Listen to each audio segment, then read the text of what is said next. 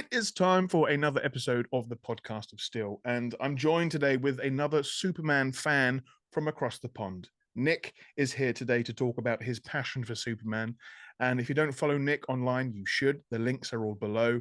I absolutely adore Nick's persona online as a fantastic, positive, and open-minded Superman fan, and the world needs more of those fans, and that's why Nick is here today. Hello, sir. Hello, Luke. Thank you so much for having me on. And yeah, they could find me at Nick Farina. We'll throw the surname on there. Um, but it's a pleasure to be here, Luke. I've followed you for quite some time, and I've always admired what a wonderful fan you are and what a beacon of positivity you are. Thank Uh, you. in sometimes the muddy pond of Superman or DC fandom. Yeah, we'll So scratch on that a little bit on this. I'm sure we've got some sure. opinions about that as well. But yes, as I said, I love the things that you share and the interactions that you have with fans from all different walks of life, which is why I wanted to pick your brains on the podcast to just learn a bit more about you and what makes a Superman fan. So thank you for that, for coming on. And so if you could share your own origin story, as it were, where did it all begin for you, Nick? Well, it began for me like it did for so many others. I was born in 1985. My first memories of Superman, during those formative years Hmm. were Christopher Reeve. I unfortunately was not old enough to see any of the films in the theater, but I remember very clearly, here in the States, it would often be Sunday night on Channel 7, like Superman the movie. And it would always be a big deal where everything would stop around that for me. But on top of the Christopher Reeve legacy, my one of my first memories is watching the Ruby Spears TV cartoon series on Saturday mornings during the fall of 1988. So some of my earliest memories revolve around Superman. And of course, while I was a bit young for the Superpowers line, when the DC Comics line by Toy Biz came out in 1989, I remember at Christmas morning getting that Superman with the cloth cape and the kryptonite ring. So it just those benchmarks are what really instilled Superman in me. So by the time the death of Superman came a couple years later, I was already a massive fan. Mm. And I'll never forget. It'll make me sound really cool, but walking out of piano lessons when I was 8 years old, there was adjacent the building was a comic shop, and in the comic shop window, featured prominently was the trade paperback of the Death of Superman, that famous John Bogdanove Yeah. cover where Lois is cradling a bloody and dying Superman. And for someone who was too young to experience, like, be in a comic shop and experience, that November 1992 day in real time, that's what stopped me in my tracks. Because the first thing a young Superman fan asks is how, like, Yeah. what could possibly make Superman a bloody mess? Not just kill him with kryptonite, but dying in Lois's arms. So I had to know. So that was the special moment where I began following Superman comic books for the first time, instead of just, buying a comic at the shop and admiring it for the pictures. I was really following the story throughout the return. And I was just on time for Adventures of Superman number 500, the famous issue that launched the four Supermen. And from then on, the rest is history, as they say. It's a fantastic introduction into all of that, Superman. As I'm moving my props around here on my table, you've probably seen a few already. But yes, that fateful story, as you said, the death and return of Superman, one of my favorites. Now, this story, like you, it was my introduction to Superman. So I came into Superman pretty much late in the game. It wasn't. Sure. Again, I am an '80s baby, but for me, my origin story when learning to love Superman came from Smallville. It was on one fateful day, many, many moons ago. And once season one finished here in the UK, we didn't know who we were going to get another season. So I wanted to learn more about this character that I'd grown to love and adore through the show. And friends said, when I ask for recommendations, oh, you've got to read, if you want to get into Superman, read The Death of Superman. I'm like, well, I want to know about the hero. I don't want to know about his death. But that story is one that it grips me every time I start to read it or enjoy it or look at that artwork. And for you to be such a fan of that as well, it says a lot, because it is such an impactful story, one that still is talked about to this day, and new stories still pick it up. It was an epic moment. What was it like for you, sort of reading those comics when they were each coming out, each new issue, waiting to see how this story grew? Well, at the time, this story, it's so well trod at this point that, the story of the death and return of Superman. But as it was happening in real time, what I really recall is it's changing nearly day to day who my favorite of the four Supermen was, between Superboy, the Eradicator, Steel, the Cyborg Superman. And I have to say, it could have been the Terminator 2 craze that was Yeah. still ongoing at the time, but I like that Cyborg Superman. All those those colors and those wires coming out at Oh certain my scenes. gosh. Yes, it was perfect 90s sci-fi. And boy, oh boy, did I pick the wrong horse. Um, but the thing is, in that moment in Superman 80, when he surprise attacks the Mm, Eradicator in such a brutal way, and then takes the lives of mm. millions of people in Coast City down below. It made the moment as a young fan just, you know, heartbreaking. But at the same time, it's just like, okay, obviously not Superman. What happens now? Yeah. And so that carried on, I feel like, throughout the reign of the Superman, up to Superman 82, when the real guy came back in black Oh, and revealed himself as the one true Superman. I feel like that, not knowing what's going to happen next, really made it a classic story. And isn't it remarkable how kind history has been to it, and how often DC goes back to the well of the death of Superman? And I don't think it's supernatural. I think there's a reason. I think they really caught lightning in a bottle mm. with that story in particular. And it's what makes it special. And it's what makes it, I often say, the way that we talk about Greek heroes, thousands of years after the ancient Greeks started telling these stories, I feel like in 1500 years they'll be telling the story of the death of Superman.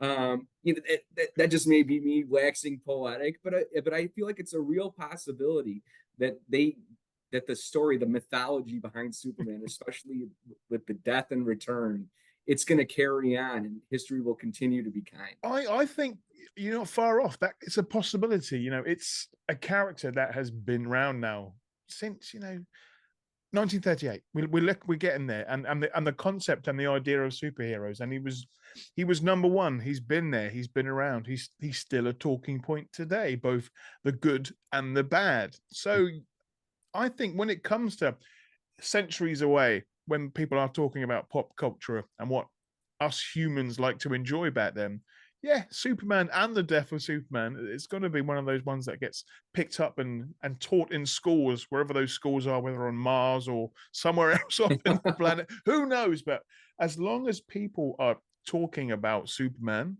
I'm happy. My hero is still relevant. His stories are still being told. And in that same light, he will have people to be inspired to write more stories and to relive old stories.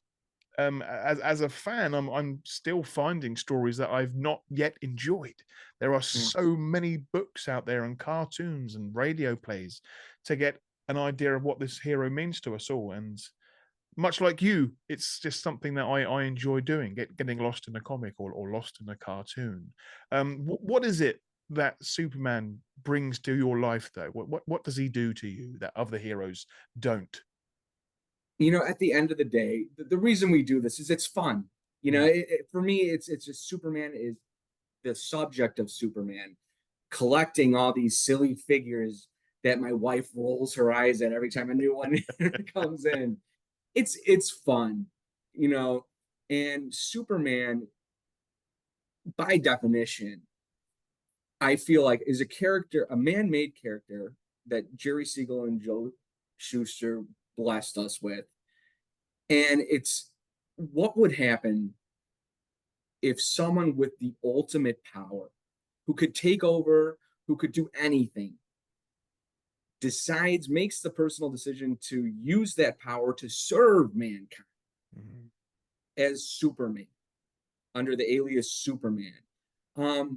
I feel like it's such a human story, because it tells us, okay, if the dream of achieving great power becomes real for us, how then will you use that power?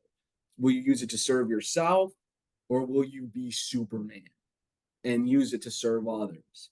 And it's the best that we could aspire to be. So I think, boiled down, that's the appeal of Superman. When you really think of it, what makes someone become a fan and want to follow the character, I think it's that aspiring to do good, the best way you know how, with the gifts you've been given. So that's the appeal for me. That's beautifully put. That's beautifully put. I think when we start talking about these characters that mean a lot to us, it's when we start to really express how we feel about these, again, fictional characters that mean something to us. And when Sure. a light, I've said this before, a light turns on inside of us when we talk about these things that bring us joy. And like you, Superman is one of those things. As you know, you can tell that Superman items are all around me, much like your collection that I've adored seeing online. And if we could talk a little bit about that today, I'd be very, very happy, because I adore how you have displayed some of those comics you've just been talking about. The Death of Superman comics, the way that you put this on your wall, I'm assuming it's a wall somewhere in your house. I love that. If I turn my desk a little bit, you can Oh, see it a right there. sneak peek. Look at that. There's better pictures online, but that's it right there. Well, my collection, I feel like, for me, like it is for so many, it's my journey as a Superman fan. Going back to when I was a kid, like I showed you earlier, Luke, I keep this right here, Oh, I just love to that. remind myself during this conversation why we do this. For at the end of the day, it's just to be near items that make you happy. And if you Yes. can't see right now, I'm holding up my graded superpowers Superman Oh, uh, into the camera. So that's my collection. It's very much my journey. So the figures I have, it's often wanting to like recapture a moment in time for Superman, whether it's the superpowers figure or the DC, comics figures from the 80s. And then if you get into my comic collection, it's all around like where John Byrne started in the mid 80s, which is very much my Superman. Everyone has their Superman. yeah. Mine begins with John Byrne. Because John Byrne famously relaunched the DC universe, or the Superman universe rather, in 1986, bringing him squarely into 1980s Reagan's America. Yes. Big hair, big shoulders. where basically Lex Luthor is kind of like a Donald Trump type, like Wall Street guy, like a well-known person, like Donald Trump with kryptonite in the mid 80s. And bringing Superman squarely into that world. And I feel like he did such a tremendous job of building what would ultimately become like the universe that I would come to adore, both as a young man and a man. So my comic collection basically collects volumes of that going forward. And then I have little goodies, toys that came out along the way. When 1995, when, to show once again how impactful the Death of Superman series was, it launched its own Superman toy line by Kenner in 1995, where you could actually go out and buy Doomsday. I remember seeing that, not knowing it was coming, but going into the toy store and seeing that line of Superman S's on the shelf. For a then 10-year-old boy in 1995, that was everything. So my collection very much tells the story of my journey as a fan. and that's what's sometimes not always the best thing. It's a story, as you said, that keeps on being celebrated with anniversaries and new milestones. And they're bringing out reprints, they're bringing out more figurines, they're bringing out more duplicates. It's like, well, I've already got the original, but do I need yet another reprint? I think I do. Oh, that Triangle era omnibus that's coming out in September. I Ooh. have a good chunk of those issues, but that famously will collect the first story, not the first story of the Eradicator, but the first story where the Eradicator manifests himself in a body and battles Superman for the first time. That's going to be in that omnibus. So I'm shelling out that $100 American for that. They got me hook, line, and sinker.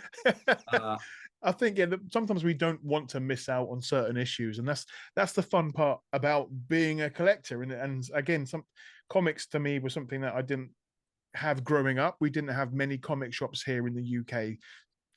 There were few and far between. There are more now showing up, which is fantastic. But at the time, it was difficult to find comics, and I'm so thankful now that I can go online or I can go to my local comic shop and go through those bargain bins and find one of those items that is missing from my collection, or one that just I didn't know about before just springs into my life. Are there any issues apart from those fateful issue #1 comics that you want in your collection one day? Oh man, I mean, there's so many. You asked what was Sort of other uh, than the number other ones. than #1, what sort of Superman comics would you like to have in your collection that you've not got already? Oh goodness, I would like to have the full John Byrne Man of Steel series, Mm. the original issues collected in mint condition. Those would be really cool to have. And I believe they're especially on eBay pretty readily available. It's just been something that I haven't pulled the trigger on, but I would absolutely want to see those and collected. I recently got the Dark Knight Returns uh miniseries in the original, like how they gave the miniseries the trade paperback treatment, Mm. issues 1 through 4, and it's one of the reasons I haven't really embraced digital comics, even though so many people and it's only getting more and more advanced. But for me, it's the nostalgia of feeling something tangible in your hands, and the feel of the pages, and the smell of like the way the print that they were using. It's a whole experience for me. So to get those issues would be really really cool, because again, it's like you're peeking through the crack of the door of 1986, a moment in time where you can actually feel them the way that they were intended to be released in real time when John Byrne released that series over the summer. That's one of those the more unique things I love about classic comics is the adverts inside them.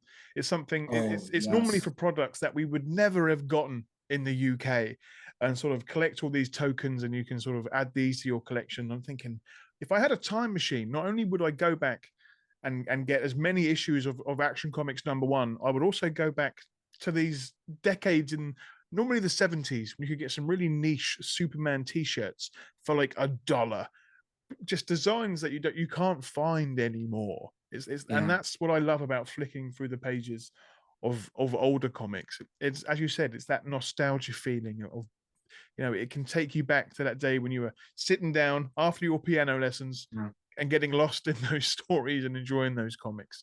I love that. It's funny you say that. I finally found a Christopher Reeve Superman T-shirt. It's like kind of like a long sleeve, like I'm wearing right now. We call these baseball Baseball shirts, T-shirts, yes. or raglans, I think is the other Okay. word for it.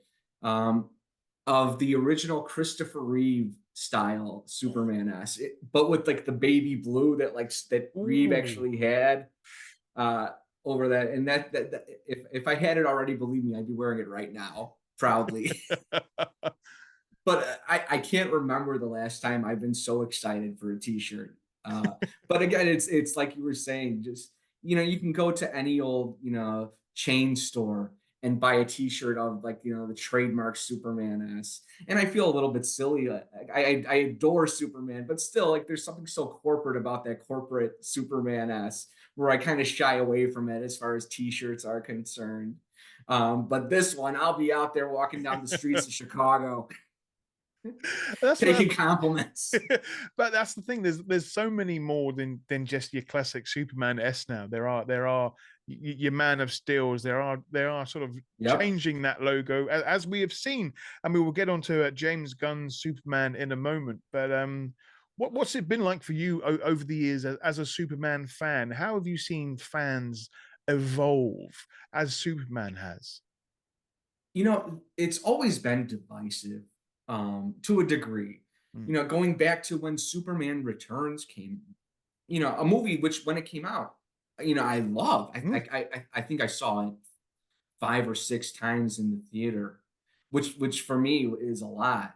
Um, and certainly no movie that came before it had I paid that kind of attention to. But I remember the atmosphere in the forums online back then. This is pre-Twitter, Mm. pre-social media, really. This is during the early days of Facebook, but before the baby boomers took it over. Um, but I remember it was divisive. Even though the movie got largely positive Mm. reviews, a lot of people lobbed a lot of criticism on it. Some valid, now that we've achieved hindsight and it's behind us. There's things about that film that I love, and there's things about it that I feel like are kind of Mm. on the nose decisions that they should have not went with. But I remember it's always been, since they've been making Superman movies in my adult life, it's always seemed divisive to me. And Man of Steel, as much as I again adore that movie, didn't do anything to really unite people. If Mm. anything, it was once again, the people, who I wish had turned out for Superman Returns, because as much as the criticism they lobbed at Man of Steel for not being Superman Returns, where were they? Because they weren't buying tickets. They That's it. You weren't had buying that. tickets in the summer of 2006. Um, but it's always been divisive. And then I'm fast forwarding in time. You go up to the Snyder Cut movement, which I was all in for, like as it was happening. Because we really felt like that portion of the fans, we felt like underdogs, Yeah. and it felt like the people who before it was announced um, were often punching down on us. Mm. And it felt like you were doing the right thing. But then when it finally came out, it felt like and this is all I have is my personal opinion. This is just how I feel. But once the Snyder Cut came out, which I have to say is one of my top 5 DC movies of all time. I love Zack Snyder's Justice League. Let me just get that out there before I say it. Feels like once that was released, and what should have been just a really triumphant, wonderful moment for the fans, it felt like almost overnight it became something else. And now it like the entitlement that now that we had been given the Snyder Cut, what's going to come next? When it became restore the Snyderverse, it didn't feel like we were the underdogs anymore. And slowly but surely over time, I saw a lot of bullying from that portion of fandom towards other people. And now that James Gunn is releasing his movie, it's gotten ugly.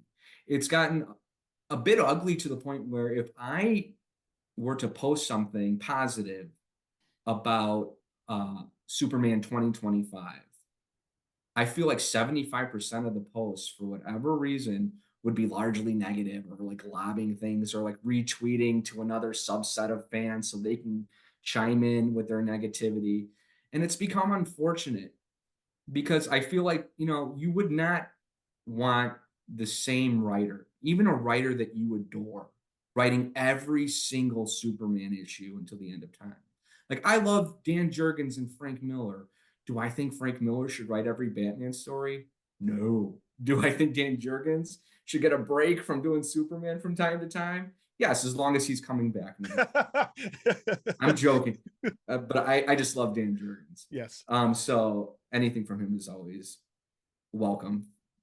But the same goes for the movies, and you touched on it a bit earlier when you said very wisely that, there's things yet to come that are going to, stoke the fires of your fandom in the universe of Superman.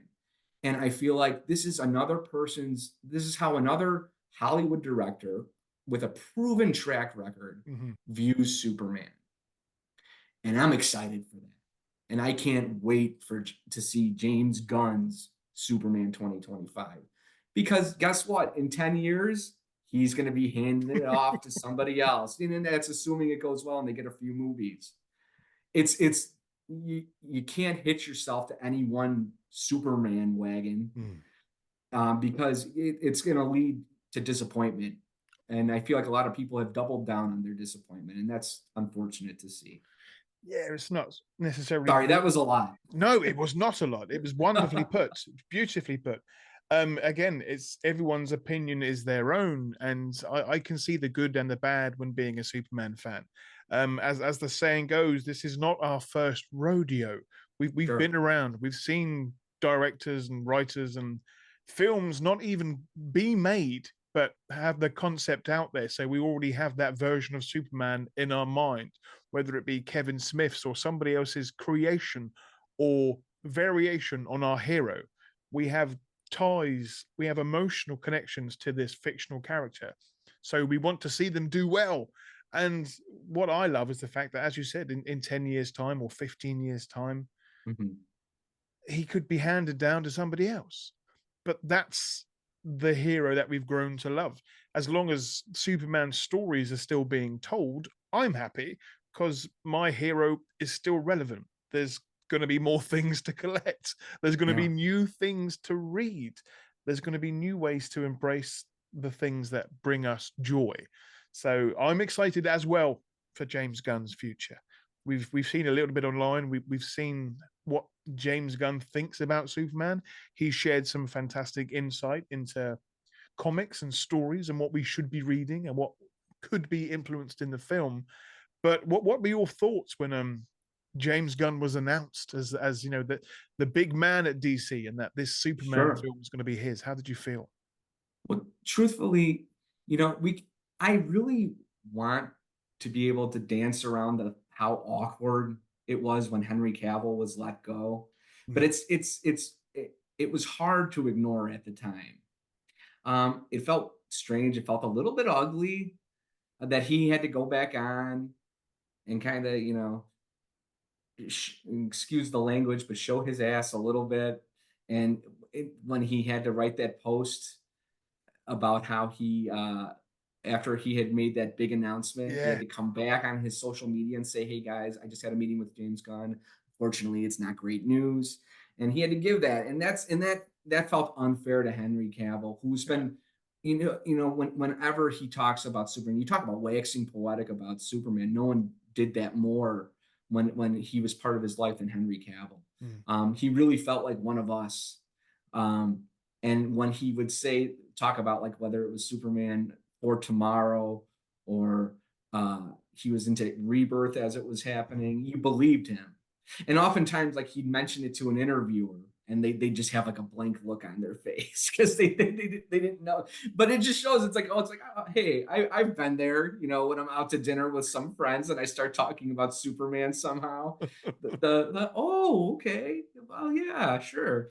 But he was one of us. So when that happened, and then it was subsequently announced that James Gunn's project would be Superman, I was a little bit concerned. Truth be told, because there was fandom, again, as many people know, has been divided for a while.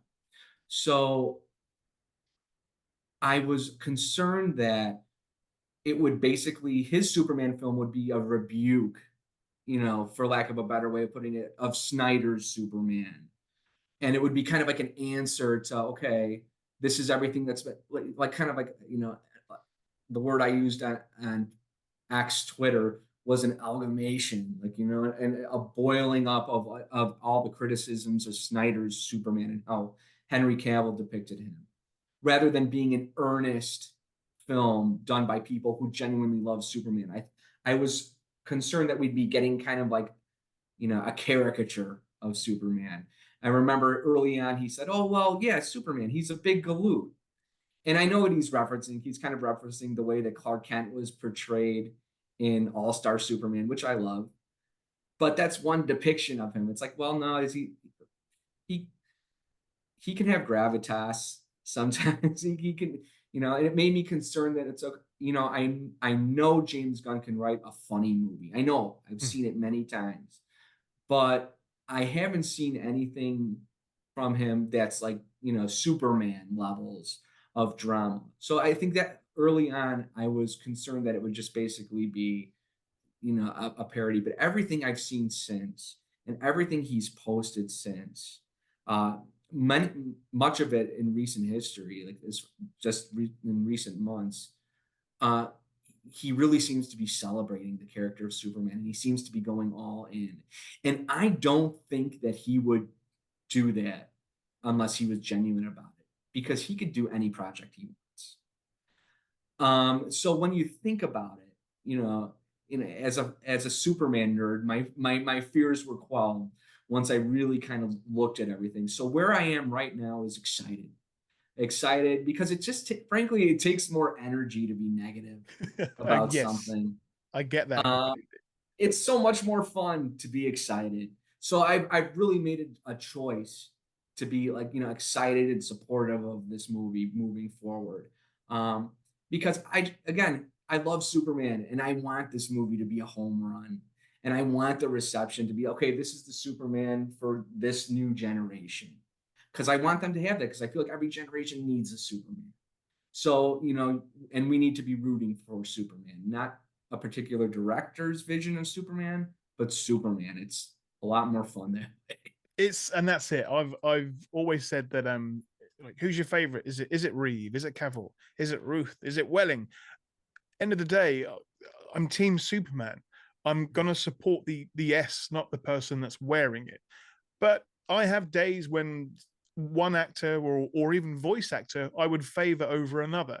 But it's Oh, still Superman at the bottom line. Superman is still the person, the character, the spirit, the mythology that makes me smile, that makes me want to be a better human, that makes me want to be the best person I can be.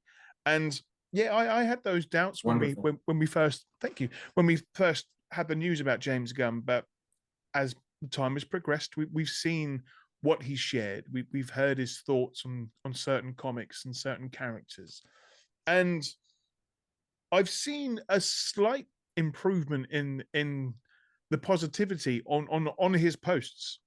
There will always be negativity. There will always be some Sure. comments that are out there just to cause a bit of drama. But I'm seeing more excitement for this character. I'm seeing more excitement for this movie. And as you said, it's less work to be positive. To be negative, it takes so much more energy, and to use that energy for good by being excited to learning more about the character, I'm all for it, which is why I'm all for James Gunn's approach, which is why you've been the perfect guest so far talking about this, as I knew you would be, as Thank you've been you. sharing your opinions online, the good and the bad, and some of your posts have gone very, very popular. And I love that every now and again I will be on my feed and there will be just people talking so positively and passionately about Superman. And you're a great voice in the community, and I want you to keep doing that for as long as you possibly can. Back to your items, your collection. Um, how does one go about getting a toy graded? You've mentioned your figurine that you've got graded there. How did that come to Well, be?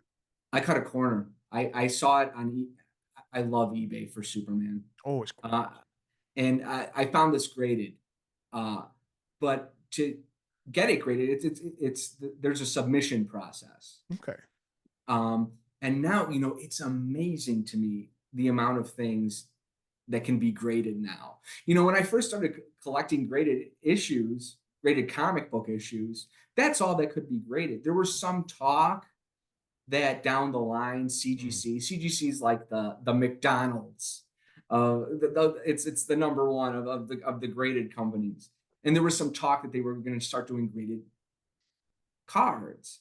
And that was one of my favorite things to do.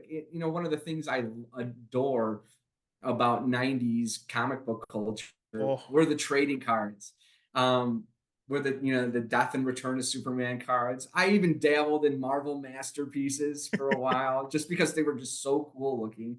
Got to give them props for those Marvel yes. masterpieces.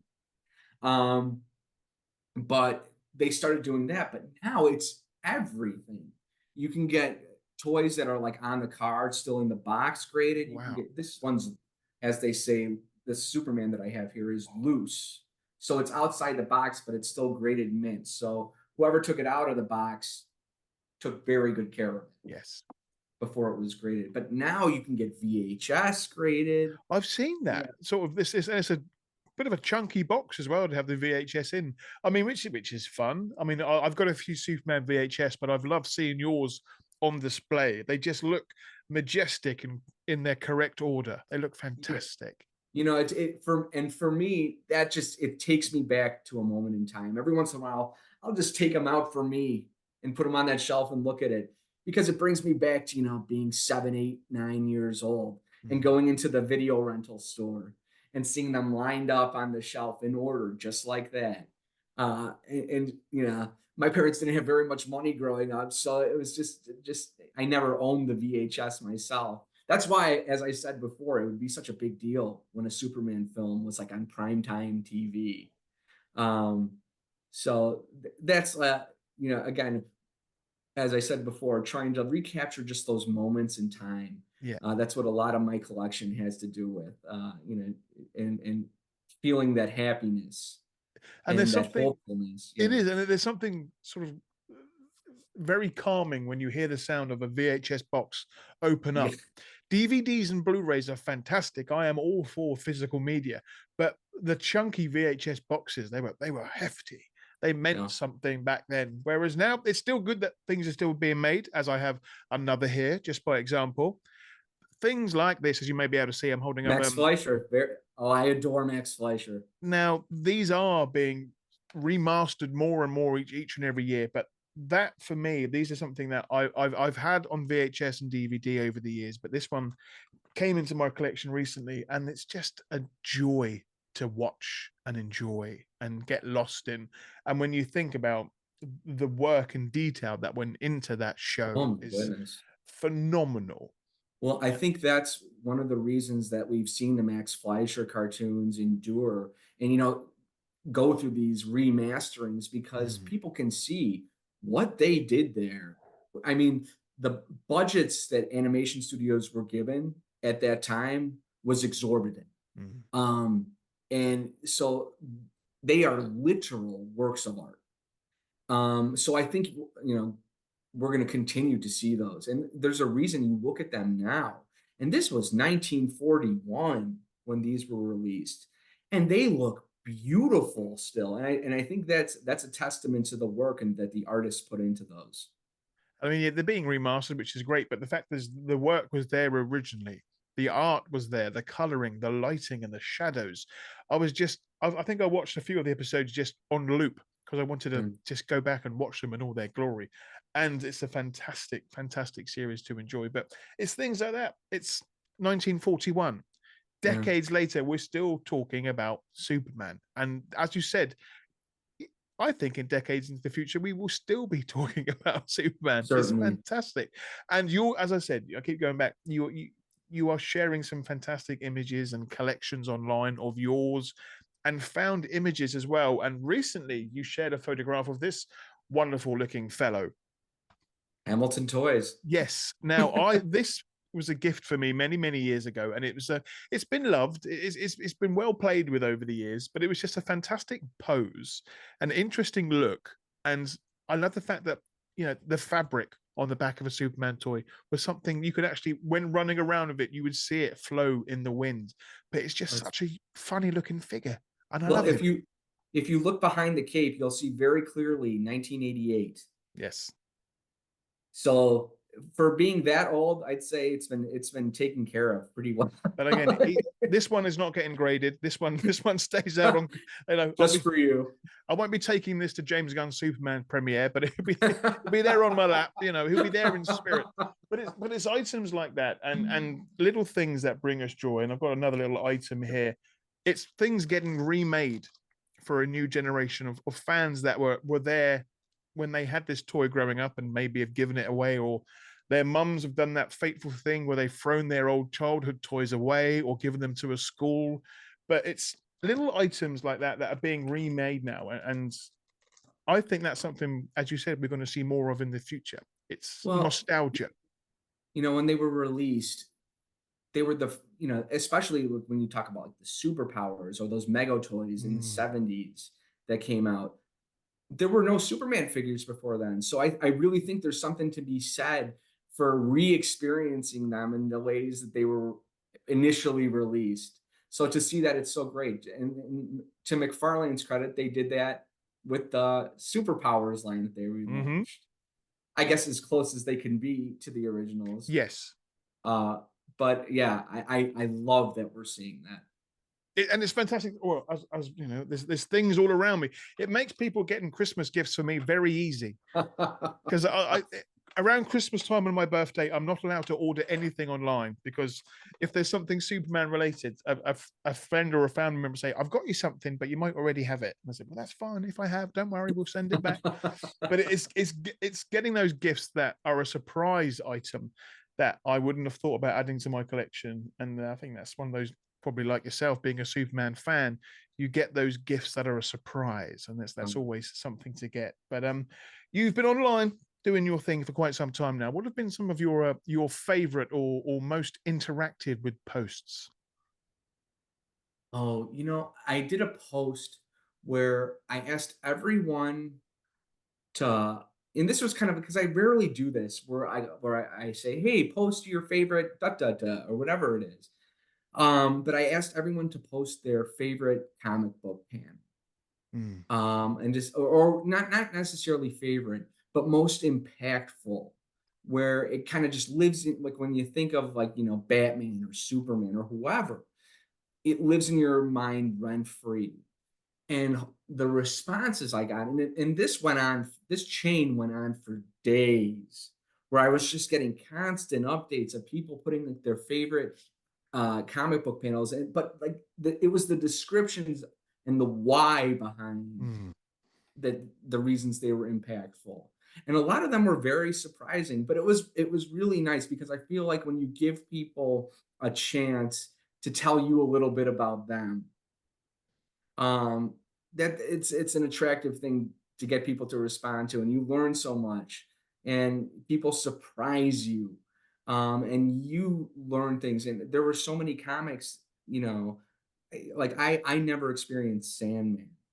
And that's one that so many people posted, where it just got me, where I had to, okay, let me buy the first volume, the 1989 first volume of that, and just to see. And I did. And just to be able to experience things, just because you see that they mean a lot to other people and that they've been impactful. So that was one in particular.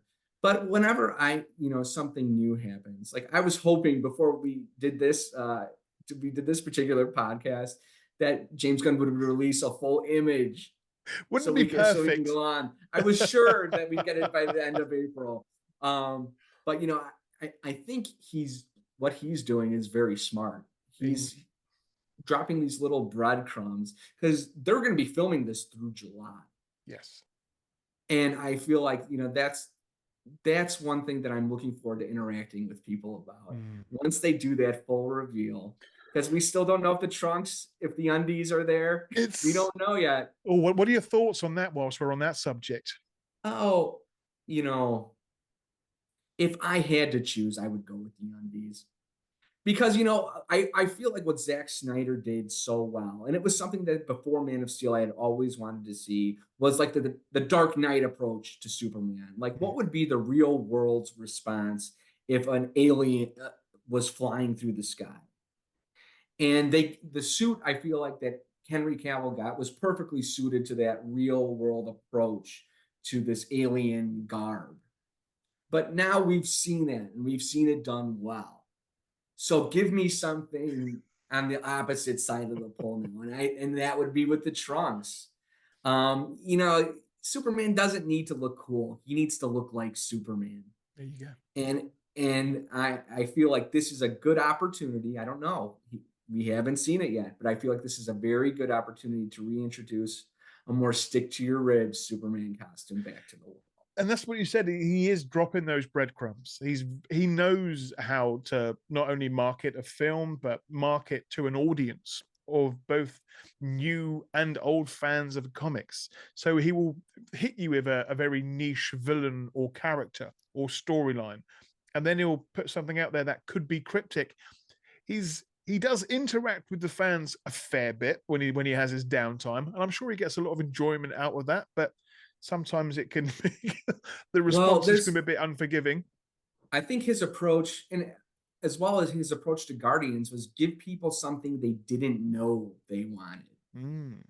And I feel like from what we've seen of the Metamorpho and just like these C-D-list villains,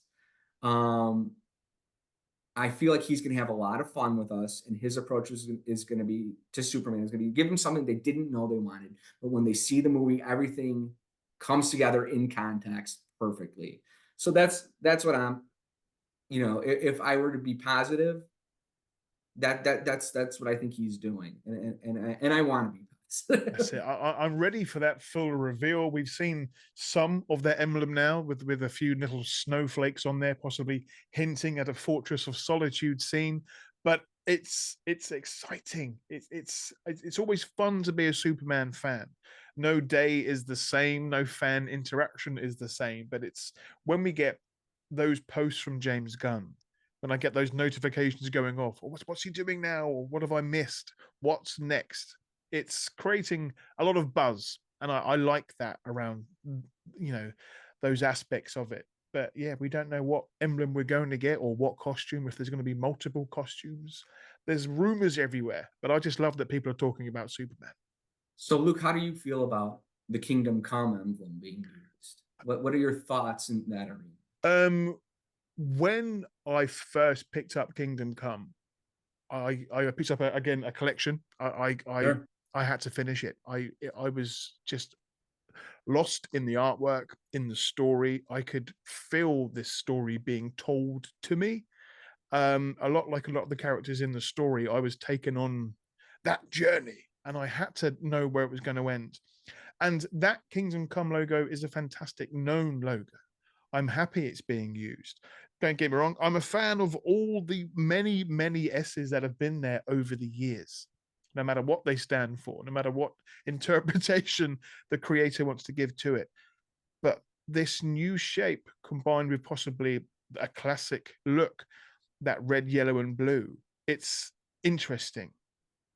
I've been fortunate enough to see a few of the Superman costumes in person. Normally behind lots of very thick glass. In one situation, I went to there was a superhero celebration in London a few years ago where they had lots of costumes from Returns and Superman and Man of Steel, and I went there far too many times. I went there just to sort of, if I was in London for anything, I would find time to get there a bit earlier to go and look at these costumes, to see these screen worn suits, and to feel their power. There was one moment where there were lots of fingerprints over the glass, and me being a glasses wearer, I always travel with a cloth for cleaning my glasses. So I've got a picture of me. Somebody else took. I was taking the fingerprints off this glass case because I needed these suits to be respected. But getting up close, you could see the imperfections. You could see the details. And it's like visiting the Vatican. That's it. This was my Dollywood. This was this, and you could see the attention to detail. And I can't wait until we get an image of this official suit, because yes, I think we've all zoomed into James Gunn's post and seen that there is some texture to this new logo. But that Kingdom Come logo, big. It looks big, and I like that. If you look at that, the way Alex Ross often draws, like where it takes up his almost his whole torso. Mm. If you look at that photo, I think it's going to be a very large on the torso S, and I And like that. and I do like it. I like it. I want it. If it's going to be shown, show it off. And Sure. Alex Ross, I love following Alex Ross online. He's always sharing like iconic images. Normally, it's the same images over and over again. Bless him. I'd love to see some fresh Superman work, but it always seems to link up with what James Gunn's posting at the time. I'm thinking there's got to be a link there. I'm getting the old red string out, trying to connect the images together to see what they're both thinking about. But that particular Kingdom Come logo is an iconic logo with an iconic storyline behind it. Um, are we getting elements of that story in the film, or is that something that James Gunn's thinking about for the future of this franchise? We don't know, but what is fun is that people are talking about it. It's I don't get me wrong, I would love to see a classic S. I want to see those curves. I want to see those different curves, but There's something about it. it's something about it. It is, and each time it changes. But only a few days ago, James Gunn posted the very first Superman emblem, just a post of that, and there was like, so why is he doing that for? Why is he taking the time to I do that? saw that. I don't know. And it's It, exciting. I wonder if that could be used, similarly to what Superman and Lois did, where we got flashbacks where Mm-hmm. he was in the Fleischer costume. I wonder if perhaps I mean, there's a flashback sequence where that was the initial it but was who originally knows? called Superman Legacy, so who knows? But for me, I don't want to be that person that has a complete fan theory for a film because I have those thoughts. I've got them in my phone locked away to sort of to tick off when the film comes out. But if somehow Mark Kent could be involved in the creation of his suit, because I've always loved that element in Superman storytelling that it's his mum making him his suit and giving him, dressing him, getting him ready for school or work or to go off and save the world. She's there helping him with his costume. I've always thought that was an adorable side story. And if that gets featured or just John Byrne. referenced, Yeah. that's it. If it's referenced in the film, I would be very warm and cuddly. That's another thing I saw. That I think the lamest critique I've ever seen lobbed at a movie was someone putting up a picture, and it was an older picture of Diane Lane. It wasn't next to this new actress who's an older actress playing Martha Kent, and saying, "Can you name a bigger downgrade in movie history?" It's like, have you ever read a Superman comic and seen what Martha? Because and don't get me wrong, I love Diane Lane's Martha Kent, Mm, but it wasn't. That was a Zack Snyder choice mm. to make her an attractive Martha. Normally, that is not how Martha Kent is depicted. So it's I'm excited, and like I said before, James Gunn often there's a method to the madness, and I feel like when this movie comes out, I feel like when we get a trailer and we get a little bit of the okay, this is the vibe he's going for it, everything's going to start making sense. So It's going to be fun, and I think on another podcast in the future, we can get you back on, just to we can just fan theorize this film and where it's going to go and what we we could do might. this all day, Luke. We can, and that's the thing, and I love that about this. I knew you were going to be a great guest to speak to, and just a great human to speak with, and I'm very happy about that. We've touched on a lot today. That I'm very grateful for your time. I've loved hearing your thoughts on Superman. I love seeing your posts online. I love just seeing that interaction, a positive interaction in sometimes a sea that is often filled with negativity. I tend to block those ones out. I try to push them away and not interact Sure. with them. But even with sometimes the negativity that I see on your feeds, it's still balanced with reason, and you listen to people's thoughts. You respect their opinions, and there's an open communication with fans from around the world talking about the characters that we love. So thank you for that. I would like to thank you for that because it means a lot to see that on my feed. Well, you as well, Luke. We should form some kind of league. Oh, that's a segue into something else. I like that. Positive Superman League. I No, like that too. it's been an absolute joy talking with you, Luke. This is my favorite subject, and I'm glad to again wax poetic about I, Superman with you. and there will be a link to your page in this podcast if people aren't following you. Wonderful. But my final question for you today, and one that I've been itching to ask you from the moment you said yes to being a guest on the show, is what does Superman mean to you? You know, I touched on this a little bit earlier, but I think it means, and it changes as I age, as I get older, as I experience life. And now that I'm, a father of two young boys, um, Superman means doing the best you can with what you have. Being a good man to the to the best of your abilities with what you've been given in life, and making the choice to be that person. Just like Superman, who could do anything he wanted with his powers, uses it to serve others, and that's such an inspiration to me. And it continues to be. And I look forward to seeing Superman celebrated through different mediums, uh, through different storytellers. And I think that's so important that we get those perspectives and that we learn what Superman means to each other, as fans. And if someone's making a movie, I have to think that they're a fan. So I'm looking forward to that too. There's I've said this before. There's no wrong answer to that question. I've had negative answers in the past and I've accepted them, but they've always had something in there that is beautifully put, and that, sir, was beautifully put. So Thank you, Luke. Thank you. thank you for being a wonderful guest on this episode.